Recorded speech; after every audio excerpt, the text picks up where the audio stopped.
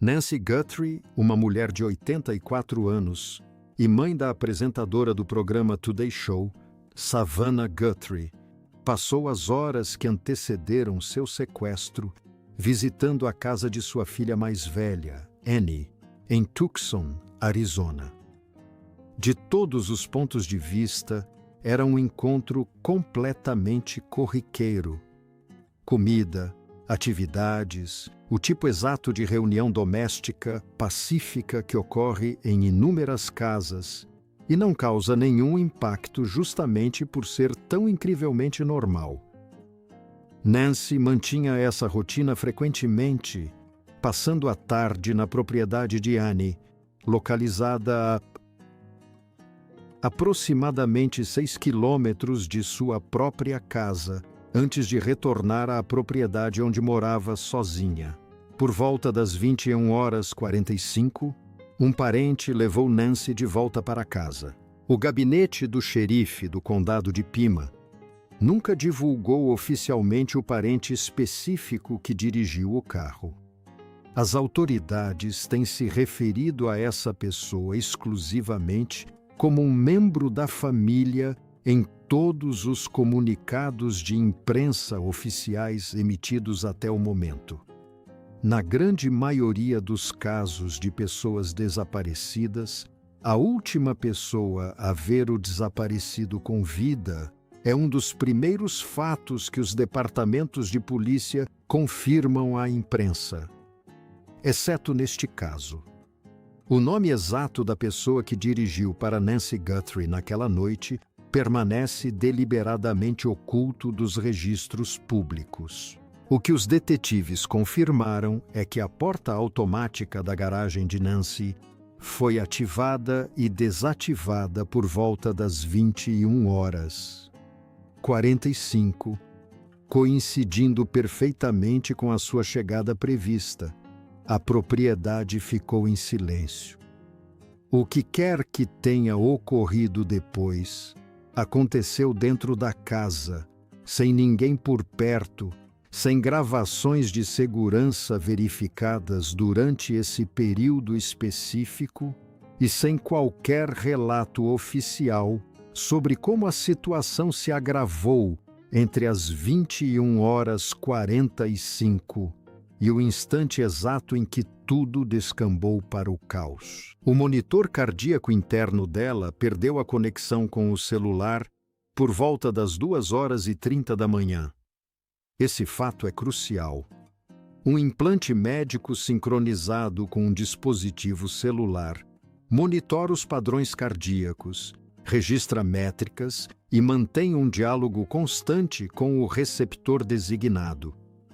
Quando essa ponte digital falha, geralmente ocorre um de dois cenários distintos. Ou o smartphone se deslocou para além do alcance de transmissão do dispositivo médico, o que implica que o receptor foi removido enquanto o implante permaneceu dentro do peito de Nancy. Ou Nancy sofreu um trauma físico que interrompeu violentamente a comunicação eletrônica. As autoridades confirmaram que essa ruptura tecnológica ocorreu precisamente às 2h30 da manhã. Elas não esclareceram qual cenário específico causou a interrupção. Posteriormente, Nancy Guthrie, uma mulher de 84 anos e mãe da apresentadora do Today Show, Savannah Guthrie, passou as horas que antecederam seu sequestro visitando a casa de sua filha mais velha, Annie, em Tucson, Arizona. De todos os pontos de vista, era um encontro completamente banal. Comida, atividades, o tipo exato de reunião doméstica pacífica que ocorre em inúmeras casas e não causa nenhum impacto justamente por ser tão incrivelmente normal. Nancy mantinha essa rotina frequentemente, passando a tarde na propriedade de Annie, localizada a aproximadamente 6 quilômetros de sua residência, antes de retornar à propriedade onde morava sozinha. Por volta das 21h45, um parente levou Nancy de volta para casa. O gabinete do xerife do condado de Pima nunca divulgou oficialmente o parente específico que dirigiu o carro. As autoridades têm se referido a essa pessoa exclusivamente como um membro da família em todos os comunicados de imprensa oficiais emitidos até o momento. Na grande maioria dos casos de pessoas desaparecidas, a última pessoa a ver o desaparecido com vida é um dos primeiros fatos que os departamentos de polícia confirmam à imprensa, exceto neste caso. O nome exato da pessoa que dirigiu para Nancy Guthrie naquela noite permanece deliberadamente oculto dos registros públicos. O que os detetives confirmaram é que a porta automática da garagem de Nancy foi ativada e desativada por volta das 21h45, coincidindo perfeitamente com a sua chegada prevista. A propriedade ficou em silêncio. O que quer que tenha ocorrido depois, aconteceu dentro da casa, sem ninguém por perto, sem gravações de segurança verificadas durante esse período específico e sem qualquer relato oficial sobre como a situação se agravou entre as 21h45 e o instante exato em que tudo descambou para o caos. O monitor cardíaco interno dela perdeu a conexão com o celular por volta das 2h30 da manhã. Esse fato é crucial. Um implante médico sincronizado com um dispositivo celular monitora os padrões cardíacos, registra métricas e mantém um diálogo constante com o receptor designado. Quando essa ponte digital falha, geralmente ocorre um de dois cenários distintos. Ou o smartphone ultrapassou o alcance de transmissão do dispositivo médico, o que implica que o receptor foi removido enquanto o implante permaneceu dentro do peito de Nancy. Ou Nancy sofreu um trauma físico que interrompeu violentamente a comunicação eletrônica. As autoridades confirmaram que essa ruptura tecnológica ocorreu precisamente às 2h30 da manhã. Elas não esclareceram qual cenário específico causou a interrupção. Posteriormente, durante o que supostamente nunca existiu e era impossível de recuperar, de repente estava ali bem diante dos olhos de Nancy Guthrie, mostrando exatamente o que aconteceu fora do alcance dela. Especialistas em software rapidamente apontaram a falha lógica gritante nessa sequência de eventos. A gigante da tecnologia opera uma colossal rede de data centers. Corporações dessa escala preservam rastros digitais justamente porque as agências policiais frequentemente solicitam mandados para obtê-los. A narrativa de que a polícia regional não conseguiu recuperar o vídeo, mas que agentes federais o acessaram magicamente mais de uma semana depois, levanta uma questão que permanece oficialmente ignorada. Será que os agentes federais possuíam essa gravação muito antes e optaram ativamente por suprimi-la? Além disso, se a possuíam, como estavam utilizando a fita durante aquela semana e meia, enquanto familiares enlutados eram falsamente iludidos com a falsa promessa de que as provas visuais eram irrecuperáveis? O que o vídeo capturado mostrou foi simultaneamente esclarecedor e profundamente perturbador, complicando ainda mais a busca pelo suspeito do que ajudando a esclarecê-la. O relógio digital exibiu uma silhueta desconhecida avançando em direção à entrada da casa de Nancy Guthrie, por volta de 1h47 da manhã. O invasor usava uma balaclava, roupas pretas, luvas e uma jaqueta com zíper. Uma mochila, aparentemente cheia até a boca, pendia visivelmente de seus ombros. Além disso, presa à cintura e claramente iluminada pelos sensores infravermelhos da lente, estava uma pistola no coldre. No entanto, são as anomalias granulares dentro desse vídeo que os especialistas dedicaram semanas a examinar minuciosamente, principalmente porque essas pistas sutis tecem uma narrativa repleta de contradições. A reação física do intruso ao avistar a lente de segurança é um dos momentos mais debatidos. Em vez de sacar um instrumento especializado para neutralizar o dispositivo de vigilância, exatamente o tipo de equipamento que um agente experiente possuiria, o suspeito improvisa. Ele pega um arbusto em vaso perto da porta e o inclina desajeitadamente numa tentativa desesperada de obstruir a visão. A lente já havia registrado sua presença física. O rosto coberto já estava gravado permanentemente. O ex-investigador de homicídios Phil Waters descreveu essa reação errática como profundamente bizarra. Com base nas avaliações de especialistas em armas de fogo táticas que analisaram a fita adesiva, o portador da arma utiliza uma bainha esponjosa genérica, em vez de um sistema de retenção rígido e moldado sob medida que um atirador altamente treinado usaria naturalmente.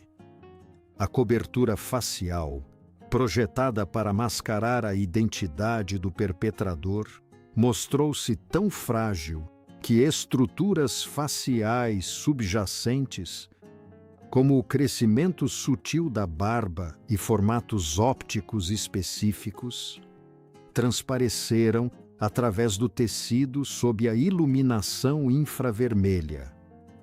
Os analistas de segurança indicaram que poderiam isolar marcadores biológicos distintos que reduziriam drasticamente o número de suspeitos. Waters levantou a hipótese de que o indivíduo documentado na lente da campainha era realmente o agente que sequestrou Nancy, ou se ele havia chegado para uma missão completamente diferente. Afinal, se esse suspeito invadiu a entrada principal, como o perpetrador conseguiu contornar o teclado numérico da garagem? Possuir uma sequência de acesso privada requer informações avançadas sobre a propriedade. Implica em reconhecimento ativo, violação de dados privados da residência ou uma ligação direta com alguém de dentro que possuía essa sequência numérica exata. Esse perfil exclui completamente a possibilidade de um oportunista errante escolher uma vítima por puro acaso. As cartas de extorsão surgiram de uma maneira que, intrinsecamente, funcionou como uma peça crucial do quebra-cabeça. Na grande maioria dos casos de sequestro, estabelece-se um canal de contato íntimo. Um ultimato é entregue aos familiares. Instruções são dadas imediatamente em seguida. A sequência de eventos no caso de Nancy Guthrie desviou-se drasticamente dessa norma. Os ultimatos financeiros foram encaminhados diretamente para veículos de imprensa. O site de entretenimento TMZ obteve uma cópia. A emissora regional do Arizona, KG1, obteve outra. As cartas exigiam a quantia exorbitante de $6 milhões a serem transferidos via criptomoeda, estabelecendo uma contagem regressiva rigorosa que expiraria em 9 de fevereiro às 17 horas, horário local. A decisão deliberada de encaminhar cartas de extorsão para emissoras de televisão Em vez de enviar mensagens privadas aos familiares, aponta para um perpetrador que busca amplificação pública e ampla repercussão. Essa característica comportamental específica diverge drasticamente da de um sequestrador frio e pragmático que deseja apenas dinheiro e prefere operar completamente nas sombras. Implica um ego que anseia pelos holofotes, pelo menos até certo ponto, mesmo enquanto oculta sua verdadeira identidade por trás de registros digitais impossíveis de rastrear e tecidos. De repente, os obstáculos à investigação aumentaram exponencialmente. Um suspeito do sexo masculino, localizado no sul da Califórnia, foi preso por uma tentativa de extorsão completamente forjada, o que demonstra que um golpista oportunista, totalmente alheio ao verdadeiro sequestrador, aproveitou-se do frenesi midiático para tentar extorquir dinheiro de uma família aterrorizada. As agências policiais foram obrigadas a desperdiçar recursos humanos preciosos, investigando e, por fim, desacreditando essa comunicação falsa. O livro Razão da Moeda Digital. As duas janelas de contagem regressiva expiraram sem nenhuma transferência financeira verificada. Posteriormente, na noite seguinte à ampla divulgação do vídeo de segurança, a KG1 anunciou que cerca de $300 haviam aparecido na conta digital, em vez dos 6 milhões exigidos. $300 é um valor tão drasticamente inferior ao preço pedido que claramente não se tratava de um pagamento legítimo de resgate. Especialistas em segurança cibernética teorizaram que poderia representar uma investigação digital para determinar se as autoridades estavam rastreando ativamente o blockchain. A identidade do depositante e sua motivação final permanecem, assim como inúmeros outros aspectos desse episódio, completamente envoltas em sigilo oficial. As buscas físicas na propriedade revelam um cenário que os porta-vozes da polícia têm evitado meticulosamente descrever em voz alta.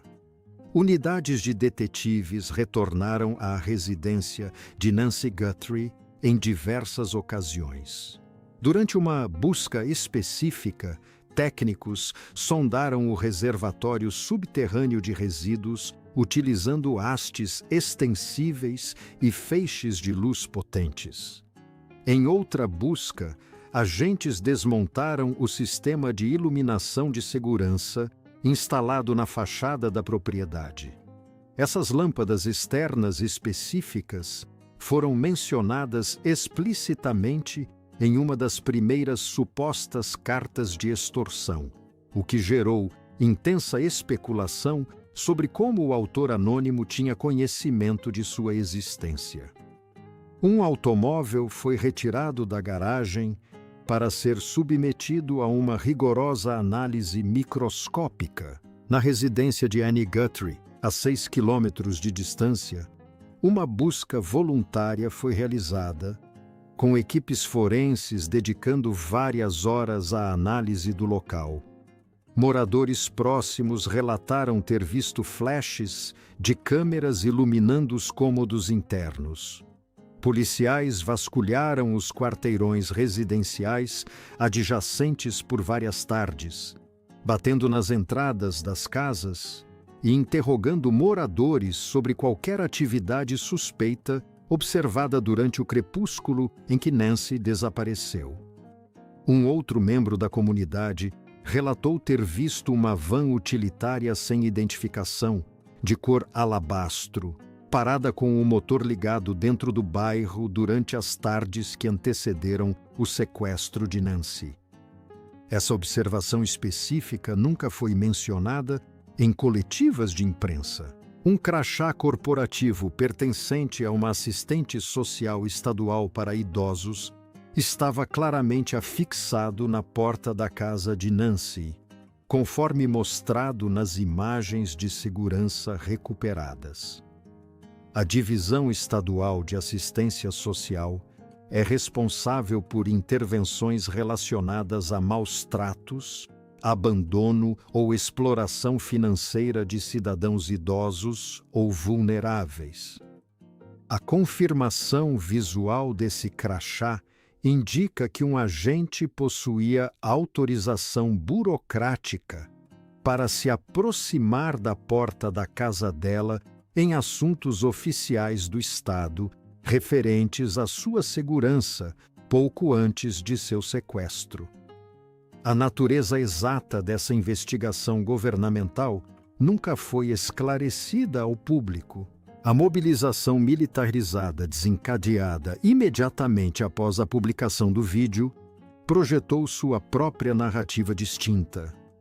Poucos instantes depois da gravação ir ao ar, veículos blindados de transporte de armas pesadas pertencentes à unidade tática do condado de Pima foram filmados saindo de seu centro de comando em alta velocidade rumo a destinos secretos espalhados pelo vale.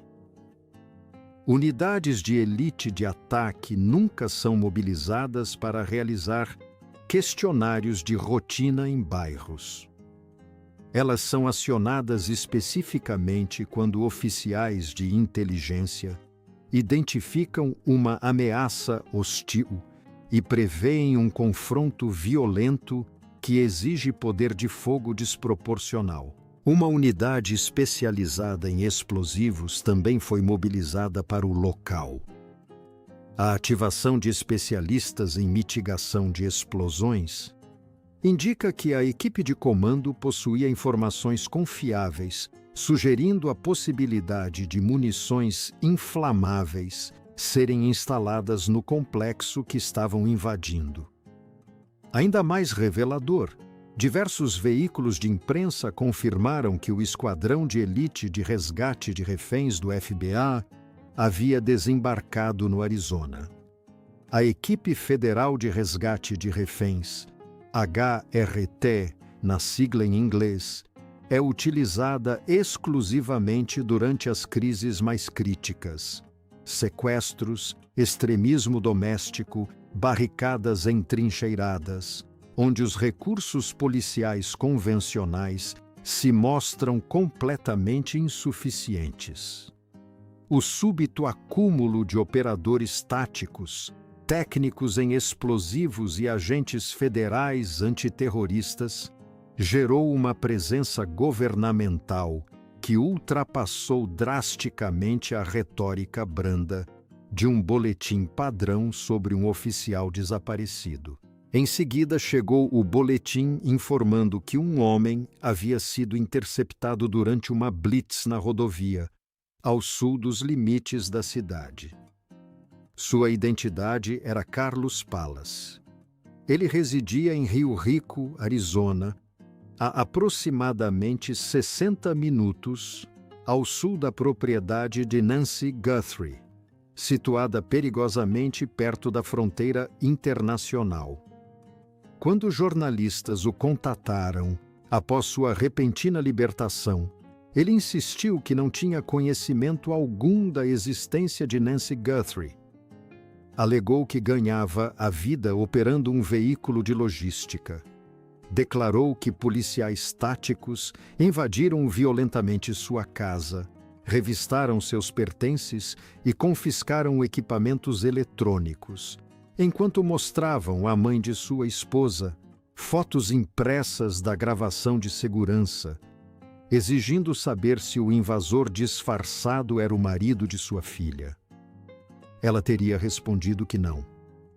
Pouco depois de ser submetido a esse intenso interrogatório, Palace foi libertado sem qualquer registro formal ou acusação criminal.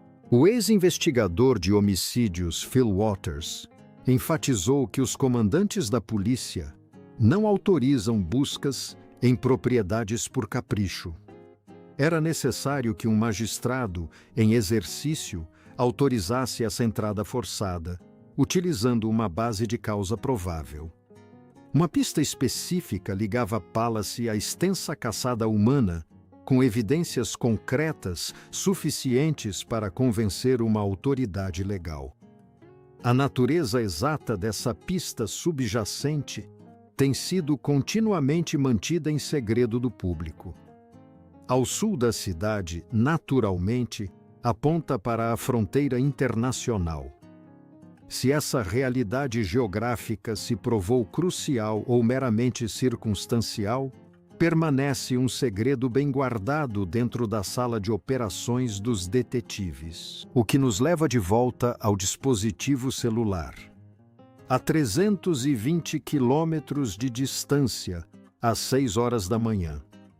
Um pulso digital originado de um aparelho pertencente a uma idosa incapaz de andar. 50 passos sem ajuda, cujo monitor cardíaco parou de funcionar completamente cerca de 3 horas e meia antes, cuja residência apresentava claros sinais de arrombamento violento e cujo líquido vermelho foi encontrado incrustado na entrada. Analise as implicações brutais desse pulso digital.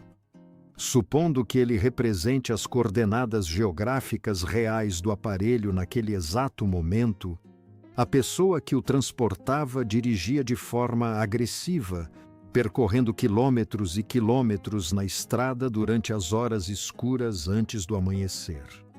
Essa velocidade de deslocamento exige um carro, combustível, uma rota planejada e um refúgio final. Exige um agente que sabia que precisava se distanciar a todo custo dos limites da cidade antes do amanhecer. Esse comportamento não demonstra nenhum sinal de pânico. Esse comportamento grita premeditação. Avalia as implicações estratégicas se o equipamento celular foi deliberadamente removido da posse de Nancy com o único propósito de criar uma trajetória fantasma. Isso implica um nível de astúcia criminosa muito superior ao que a bainha esponjosa genérica da arma e a manobra desajeitada com o vaso de plantas indicariam inicialmente. Significa que ou uma equipe coordenada orquestrou a invasão, ou o sequestrador que resgatou Nancy possuía uma visão tática muito superior à retratada no vídeo da porta. Por fim, reflita sobre o peso desse sinal. Se as autoridades já possuem um conhecimento profundo de sua origem, mas se recusam a divulgá-lo, supondo que as coordenadas precisas do dispositivo ao amanhecer sejam um enigma que os detetives já resolveram completamente e vincularam com sucesso a um suspeito ou local específico, seu silêncio absoluto é uma arma calculada. É exatamente assim que as forças-tarefa federais operam durante suas operações mais críticas.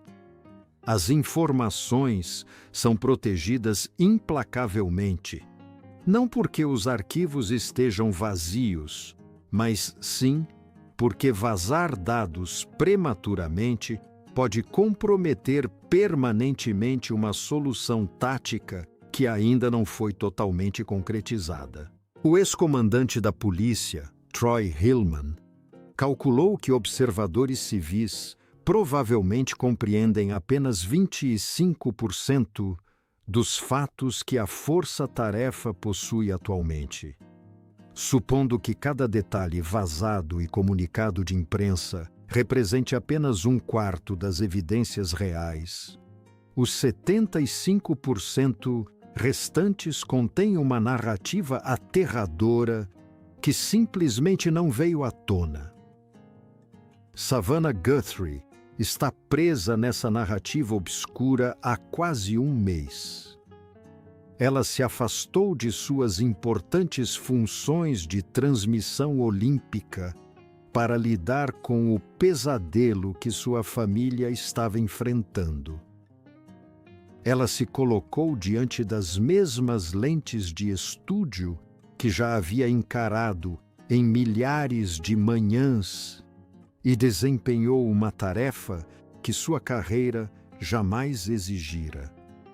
Ela implorou pelo retorno seguro de sua mãe, não como uma jornalista objetiva, mas como uma criança desesperada implorando por uma solução que não conseguia encontrar, apenas investigando. Durante um dos apelos públicos iniciais, Annie afirmou: Nancy escolhe ativamente a felicidade. Manhã após manhã, mesmo depois de ter atravessado imensos capítulos de sofrimento e perda, ela sempre escolhe a felicidade. A pessoa caracterizada por essa frase exata dificilmente seria uma idosa que se perderia na escuridão gélida por vontade própria. Ela definitivamente não é alguém que abandonaria seus medicamentos essenciais e desapareceria no deserto. O perfil psicológico traçado por seus filhos retrata uma matriarca profundamente ancorada, mentalmente lúcida e vibrante. Ela é uma mulher cujo desaparecimento repentino representa mais do que um mero enigma. É um ataque brutal contra o próprio alicerce que ela construiu para sua família. As autoridades federais estão oferecendo uma recompensa de $50 mil por qualquer informação que indique o paradeiro atual de Nancy Guthrie. Enormes placas com sua fotografia foram instaladas em rodovias de Houston, El Paso, San Diego, Los Angeles, San Antônio, Dallas e Albuquerque. A vasta abrangência territorial desses alertas digitais cobre os principais centros metropolitanos do sudoeste dos Estados Unidos e penetra intensamente no coração do Texas. Este é o perfil exato de uma grande caçada humana vista da perspectiva civil, quando o centro de comando detém muito mais informações do que admite publicamente. Esta é a realidade angustiante de uma família paralisada pela tensão, enquanto toda a nação observa seu pesadelo. No fim, presa no vazio que separa as perguntas feitas pelos jornalistas e as verdades ocultadas pelos comandantes, uma avó de 84 anos, chamada Nancy Guthrie, permanece a única razão pela qual o público continua tão profundamente cativado.